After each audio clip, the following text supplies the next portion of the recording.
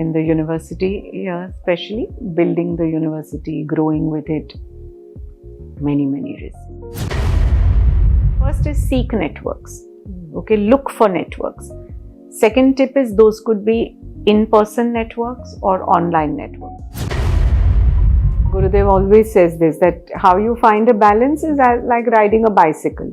Sometime you think you're going to the left, then you gently turn back to the center and the other way. Jai Gurudev, good morning. We have with us a personality who is tireless in her endeavors to create social transformation, and her leadership inspires action into achievements. I welcome Professor Mrs. Rajita Kulkarni, President Sri Sri University, to yet another exciting series of Sri Sri University Talks. A successful banker turned educator, a best-selling author, a global thought leader, and a transformational leadership coach, she has made remarkable contributions across industries. Currently holding prestigious leadership positions, she has been recognized with numerous awards like Women of Excellence in Education and the Srimati Sushma Swaraj Stri Shakti Shiksha Sanskriti Samman, Top Leadership Voice by LinkedIn, and named as one of the top 30 change makers of education, the only women, and among many others. Today, we will delve into the topic of women and leadership and get valuable insights from the leader herself. My first question to you would be, what does women's empowerment mean to you in both personal and professional contexts?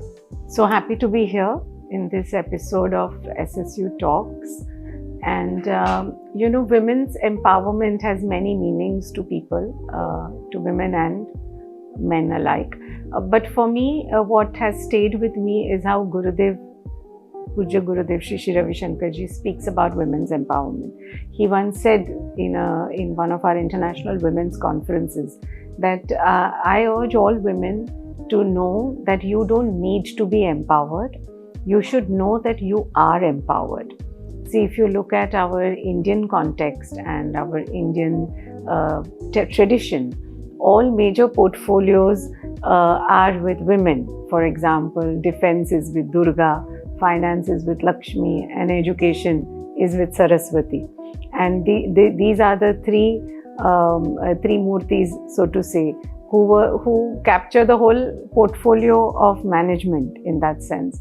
So as women, if we look back in history, we have hundreds and hundreds of inspirational examples and role models to remind ourselves, whether it was Rani Lakshmi Bai, whether it was any of our saint ladies, whether it was Mirabai, Sita, Draupadi, Ahilya, Gargi, whether it was queens or saints or educators, Ramabai Holkar, so many transformational and so many inspiring women leaders of past who have shown by their life that at a time when maybe empowerment was also not known as a word, they brought about change.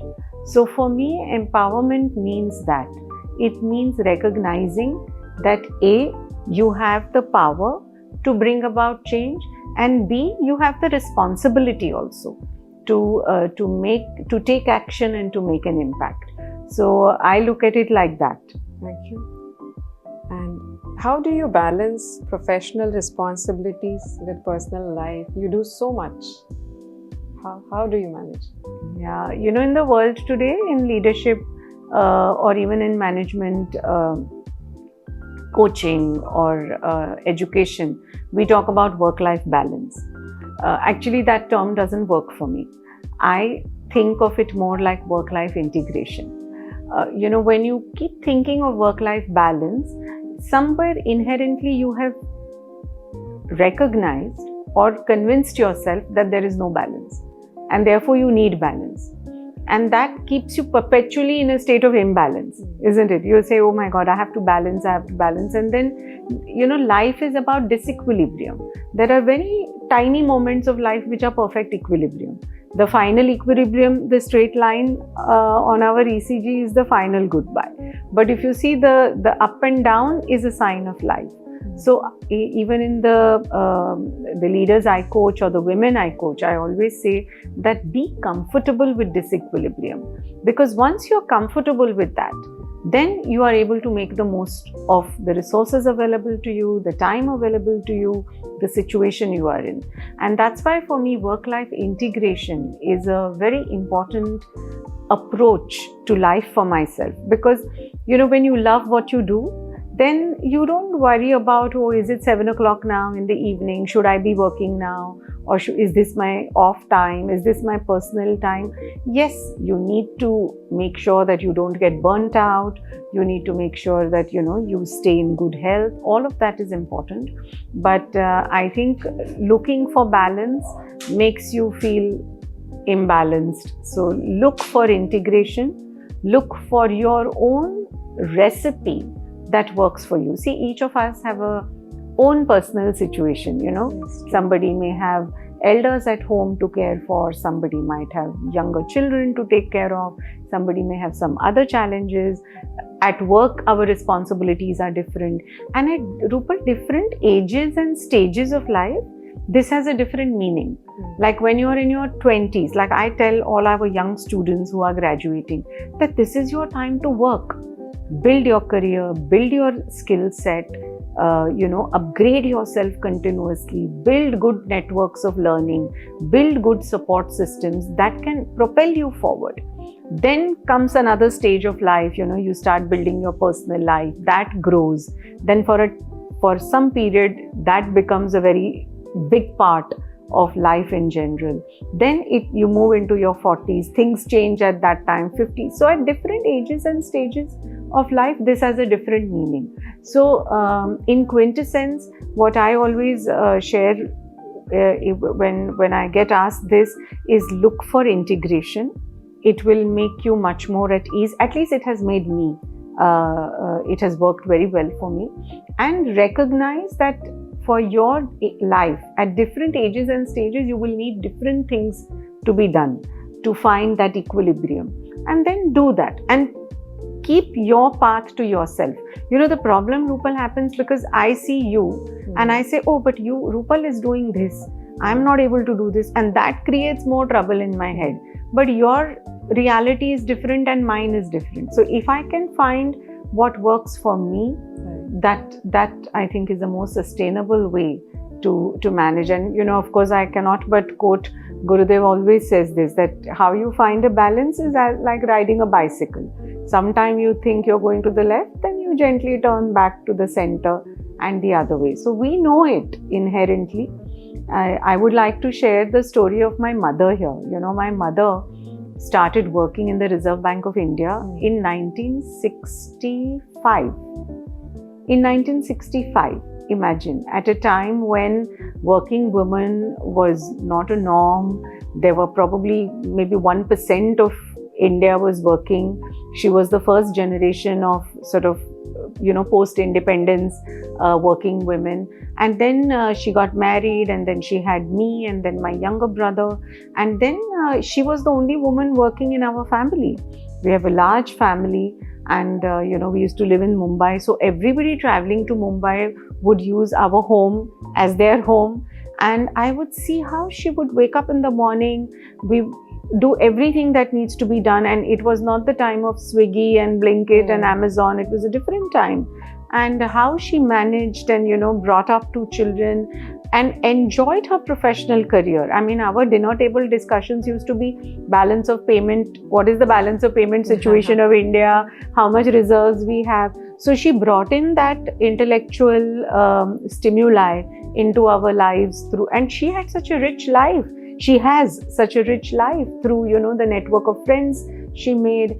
And when I think of all of my mother's friends and my mother, for me, they are the epitome of work-life balance, if you want to use that word. How they managed their lives at a time which was not constructed for those kind of working women.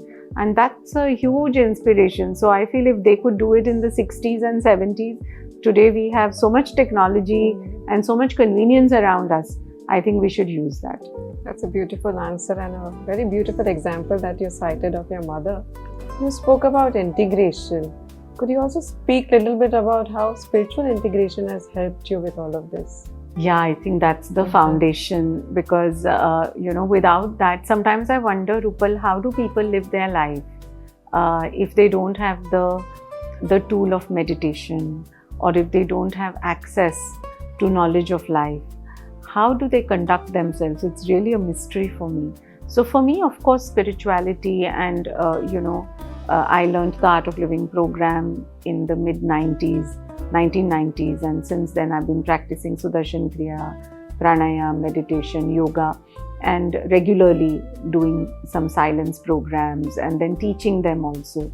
And for me, that has been the armor for me, because as a woman, one thing is I never get into, I'm careful to not ever fall into the trap of, it is difficult for women, we are discriminated against. All of that is a reality, but we have to rise up above that.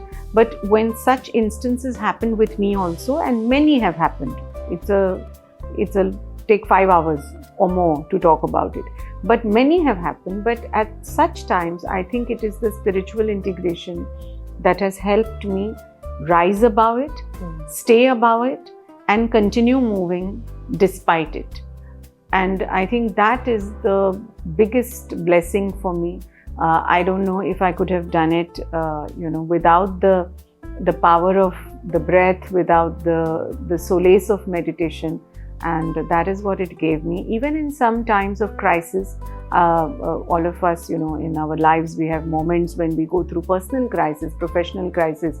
Like I will tell you, in 2008, when the global financial crisis happened, I used to work with Citibank, and the whole world came crashing down. And being such a large multinational bank, we were not untouched by it. And we had to lay off people at that time. It was a time like nobody had ever experienced before. So at the professional setting also, to be able to manage a crisis like that, it took a toll on everybody, on all of us. But I saw how it helped me. So that was a professional setup. Similarly, during the COVID, we were hit by COVID, and in our campus how within 3 days we had to empty the campus, send all the children back home. Some we couldn't send home. So much uncertainty, managing the whole team, staying together, supporting each other. Now these are unprecedented events, black swan events, which there is no precedence on how to deal with them, right? Every year, for example, rains come in our city of Mumbai. Still we are trying to deal with them, but at least we know last year this happened, the year before this happened, we have some basis. Here there was no basis. And I feel even in such moments, it is that spiritual strength that allows you to tap inside you for those answers to the unknown.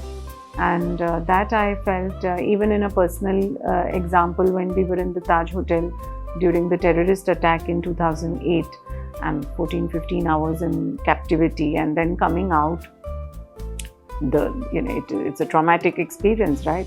When I came out, I remember even if a spoon would fall, it would sound like a bomb. And it was this that really helped me to sort of really, come out, deal with it, and then be able to move ahead,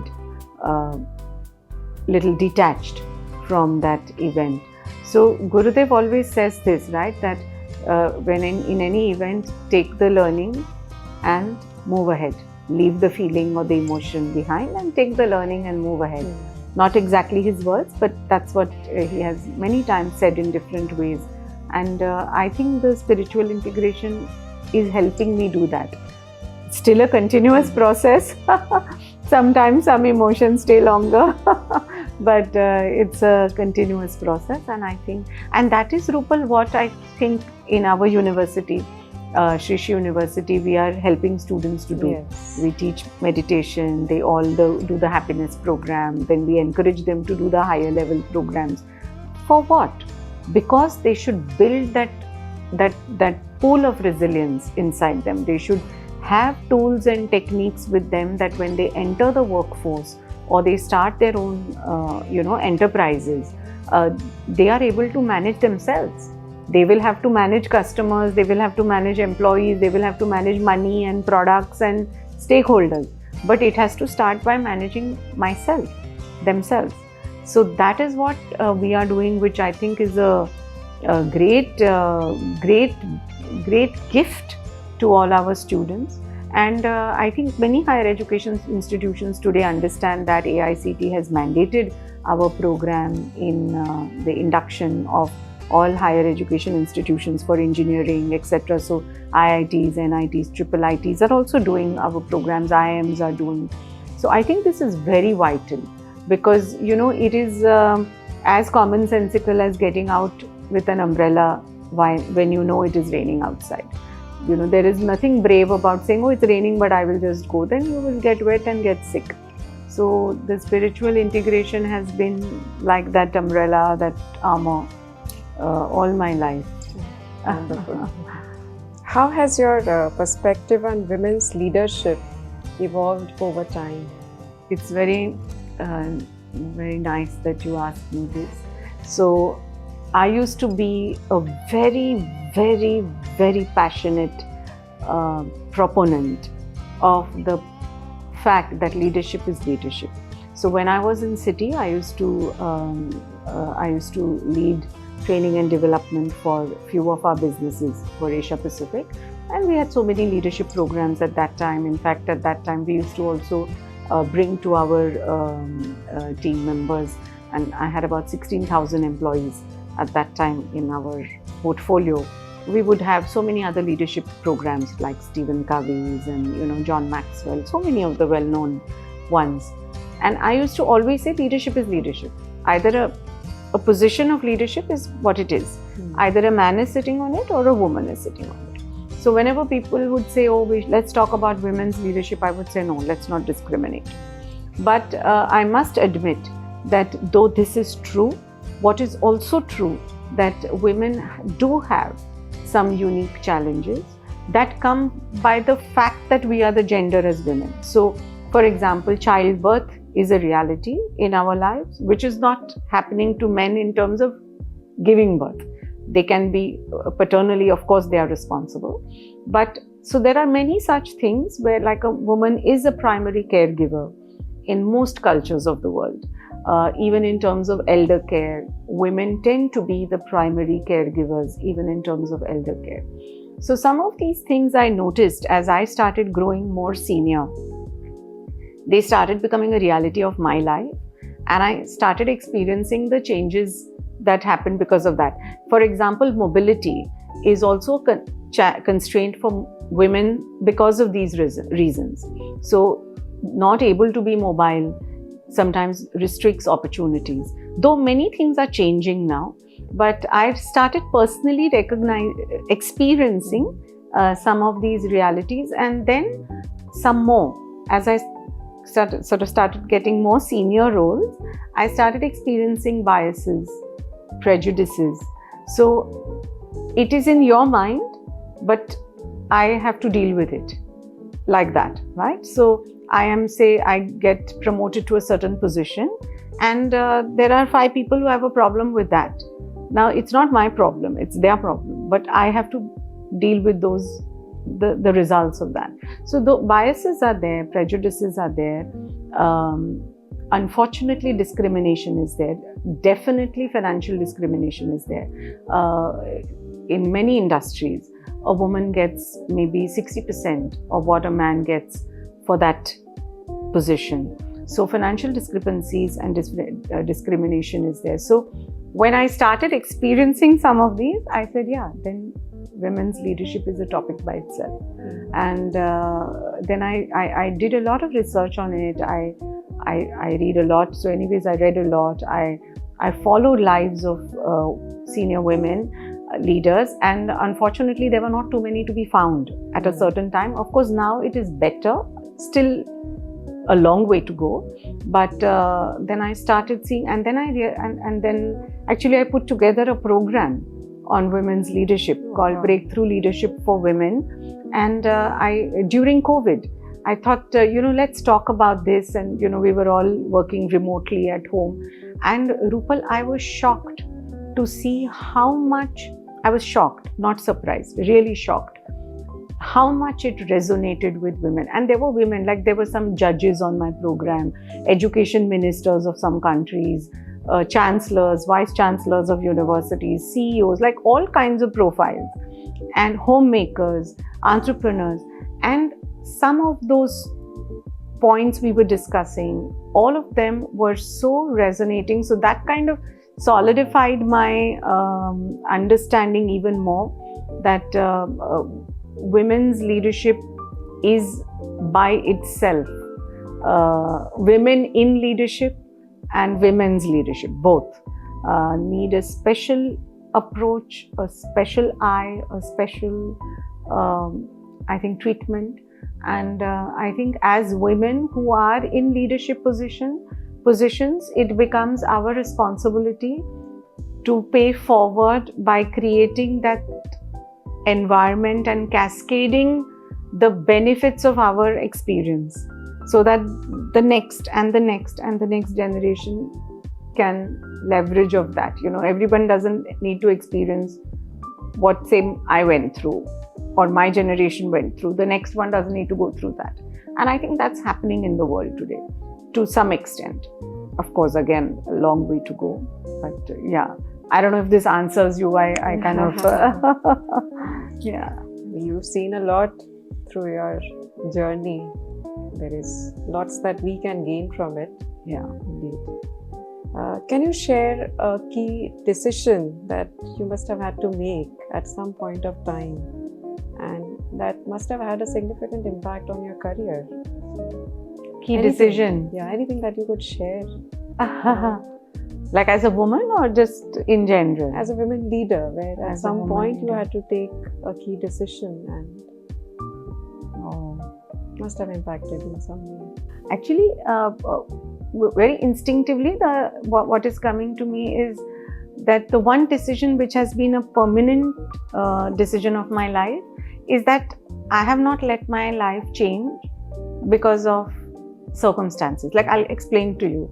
So many times at the workplace, what happens is, say you're not comfortable with some situation, or say you get passed over for a promotion, or you find that your co-workers are not so, behavior is not so nice, or, maybe your boss is nasty, whatever, all kinds of things happen, right?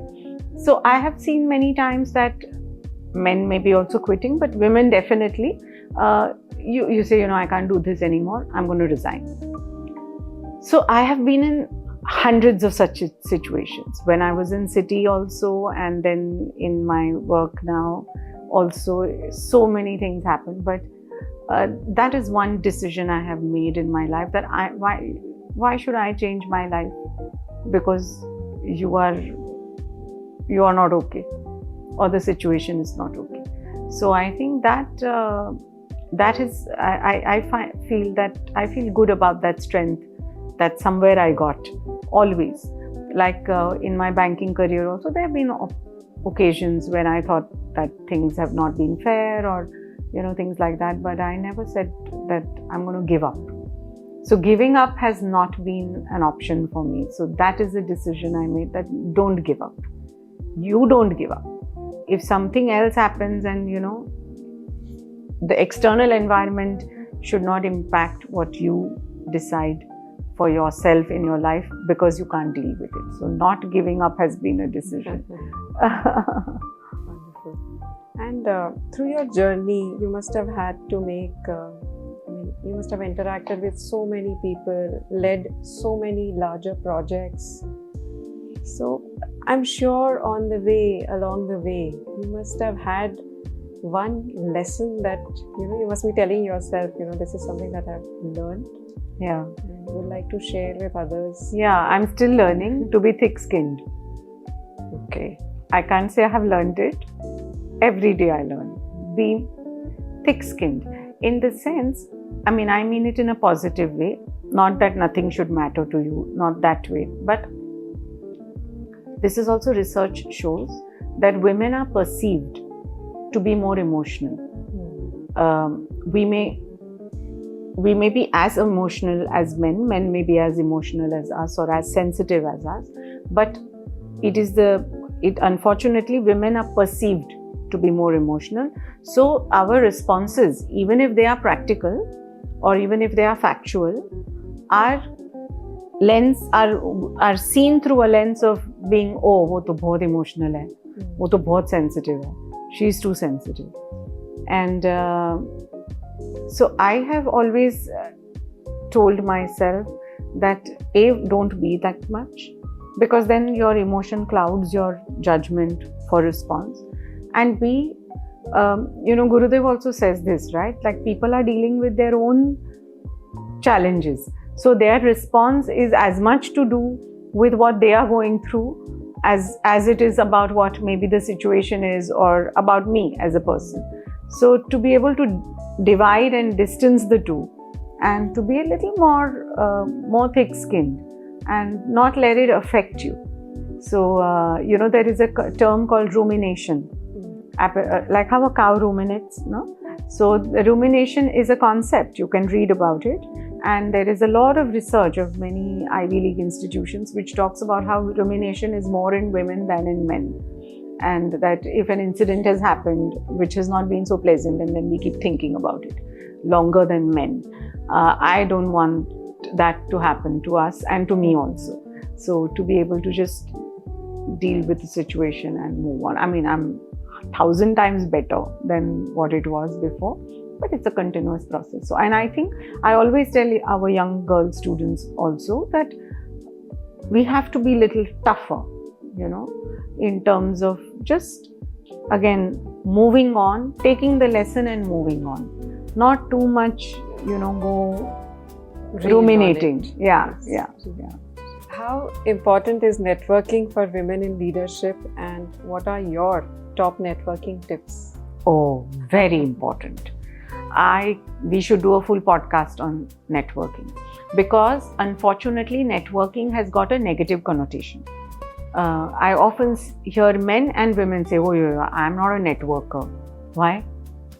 Then you are letting so much opportunity pass away. So this connotation of I'm a networker or not a networker is unfortunately has got a negative tone to it. No, today networks are the largest platforms of learning, platforms of idea exchange, platforms of opportunities, ecosystems of growth. Today networks are what they are. Like for our university, we are part of so many networks, whether they are industry networks, higher education platforms, national, international networks, local networks, state. I mean, there is subject-wise, area-wise. So we should seek networks. I tell everybody today, so of course we are in a online, world, which is a digitally exploded world. You can be part of networks on LinkedIn. You don't have to even get out of your house to go anywhere. You can be part of hundreds of networks. It enriches you. It gives you more lessons. It helps you learn from other people's experience. So what I feel is networks are absolutely important, number one. Number two, as women, we should not be shy of seeking networks. It is not as though we are trying to, do something unethical. People sometimes almost talk like that. So seek networks, be part of networks. You asked about tips, and the first tip is become part of networks first to learn and give than to take. Why people think of it a little negatively is because you think of networking as I am networking to get a job, or I'm networking to find a new business deal. We associate networking with taking. I am saying you reverse it. You start becoming part of networks to learn first and to give. What can you contribute? And when you see that, when you start doing that, you will see how engaging and deep your network experiences go. Because what happens today, networking means after office, some cocktail people go to and then just exchange few cards and don't even look at it, and then you say, this doesn't work. So I don't quite subscribe to that. So I would say first tip is become part of First is seek networks. Okay, look for networks. Second tip is those could be in-person networks or online networks. Online are easy to do. Within the next half an hour, you can be part of 20 networks on LinkedIn, or Google them for your community. So for example, if you live in Jayanagar in Bangalore, Google Jayanagar community networks. You will find some senior citizen network might be there, some youth network may be there. Hundreds of them are there these days. So look for local networks, look for your topic, look for some hobby. There are so many ways to do it. So look for offline, like in-person networks. Look for online networks. Online, so immediately you do. No time in that. Third is look for industry-specific networks. So if you're in the textile industry, find out, for example, in India, ASSOCHAM has a textile vertical. We are in education. We are part of the education vertical of ASSOCHAM, CII, FICCI. So many others are there. There are state level ones. Look for industry-specific networks. Be part of that. Even the physical networks, it costs some money to become a member. It is worth it. It is like an investment in yourself. And then start going for the events of those networks, meetings. There might be master classes, there might be exhibitions, there might be meet and greets, there might be some interactions with some experts. Go for as much as you can. Whenever you go, this Rupal, I have made a decision to myself. I focus on building fewer, deeper relationships. My time when I go also for some such meetings is not whether I met 50 people or 100 people, but could I meet 3 or 4 people who even 10 years later I can continue a friendship, partnership with. So I have focused like that, and that has helped us in our university also immensely.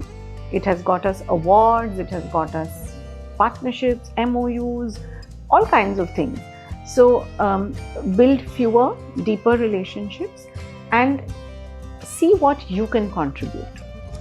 When you start thinking about that, Rupal, it does 2 things. Firstly, it builds your own confidence.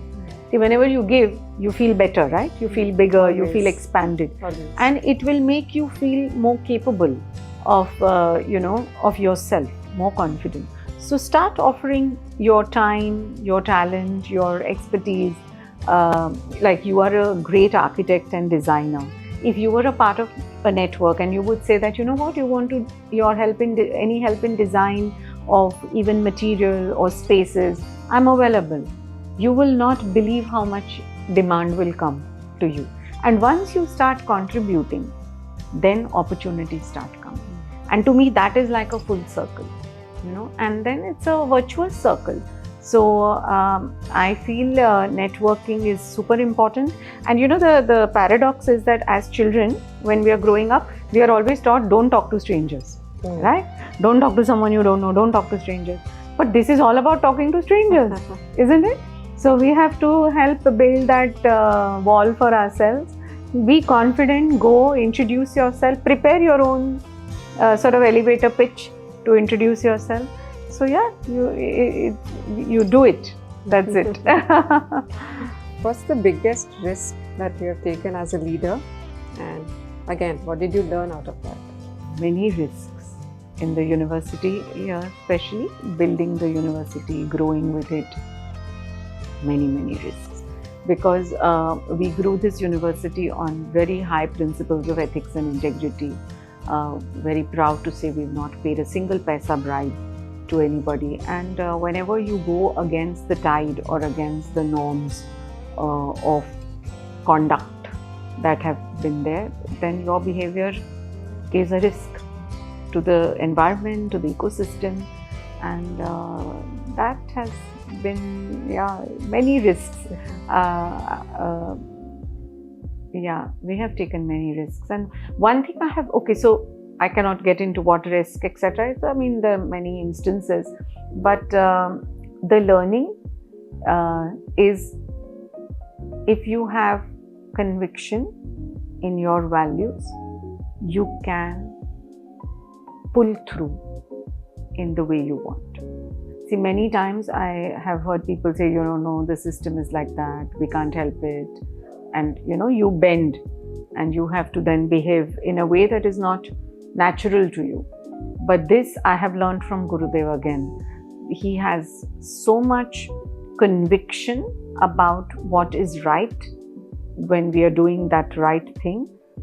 And he says we will bear the consequences, the courage to bear the consequences. So, but when you are right, then there are no consequences. So, but that transition needs courage, to see the end of the fact that there are no consequences. To make that journey, you need that courage. So for me, the learning from risk is that what I have stood for has stood the test of time. Courage has built.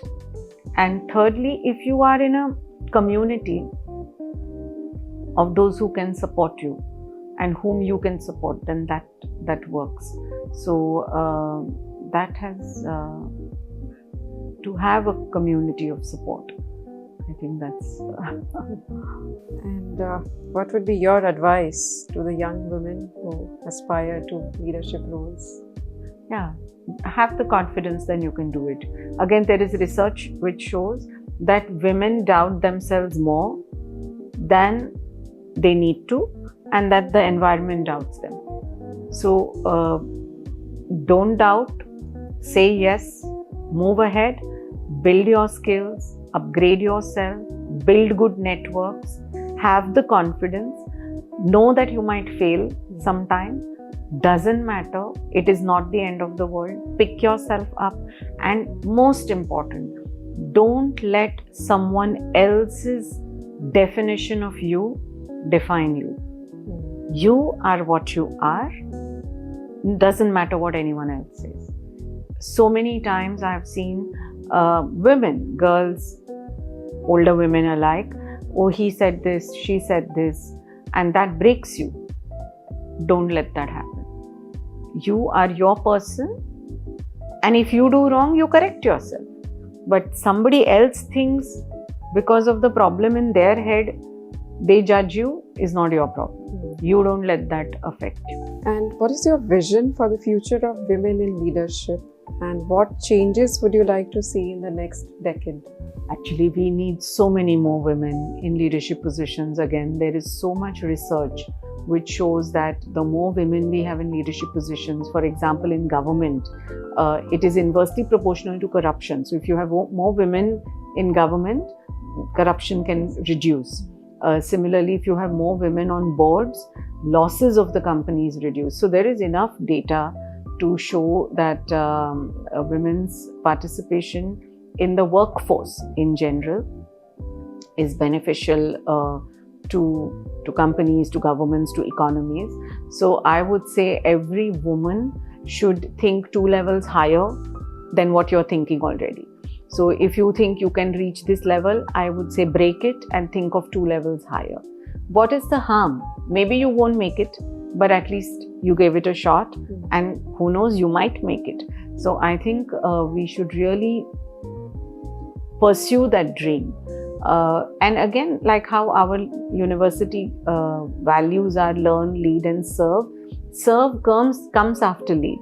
So learn, upgrade, learn from every source possible so you can become a good leader, and lead so that ultimately you can serve back your community, serve back the humanity, serve back the world. So when you link leading with serving, it gets a totally different larger connotation than leadership by itself. Because leadership by itself, leading by itself, reaching a particular position by itself can have more personal gain connotations, right? So whatever benefit from it. But when you link it with service, then it is for a larger cause. And I think that perspective can also give the strength. It can build the resilience, and it can make us more sustainably committed to that journey, because leadership is a journey. People think of it as a destination. It is not. It is a journey. You reach positions which become milestones on a journey, like you reach some kilometers, then you have milestones. So those positions are only those milestones, but the journey is long. So if you look at leadership as a journey, then it's a lifelong journey. And it doesn't matter sometimes you change the road also, right? You take a right turn, you take a left turn. Very seldom you get a straight road to reach the ultimate destination. So our life is also like that. Sometimes you need some turns. So you change route, you change your industry, or you change your approach, whatever it is. Change, adapt, and then keep moving. So I think every woman should, because we are capable. We are capable. We have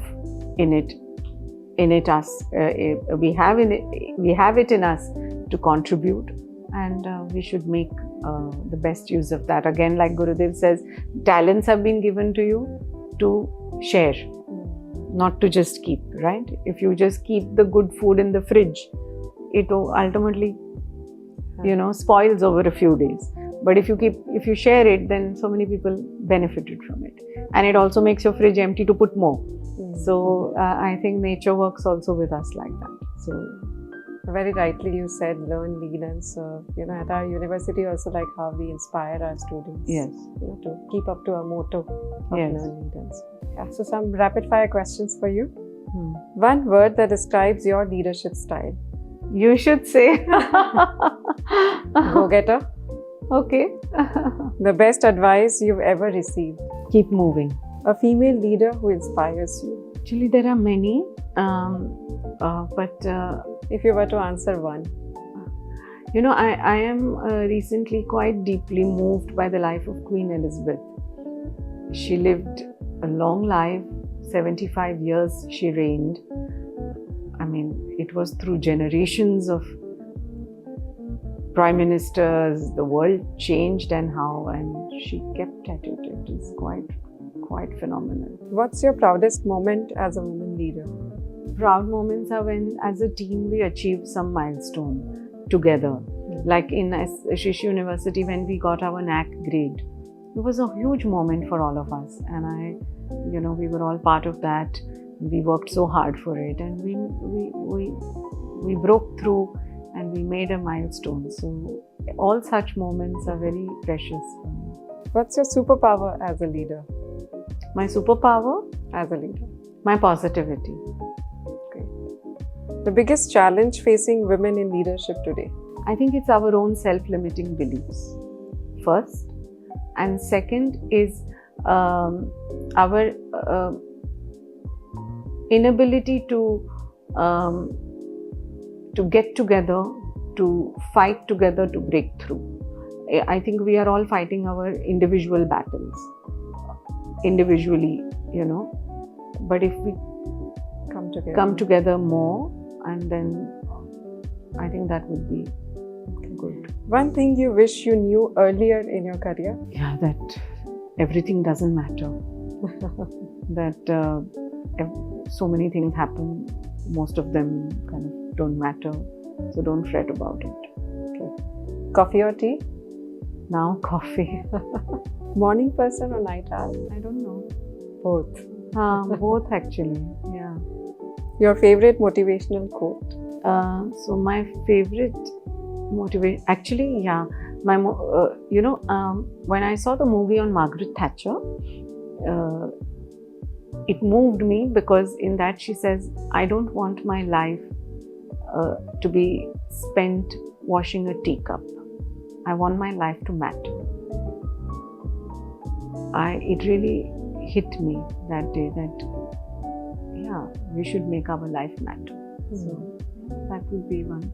One daily habit that contributes the most to your leadership success?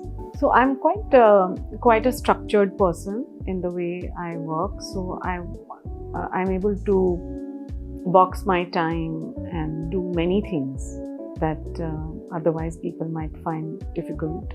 So that is I think a good habit that works for me, that I'm able to box my time, give structured time to every responsibility I have, then take time for my personal responsibilities. So this ability to do this, I think, has helped me.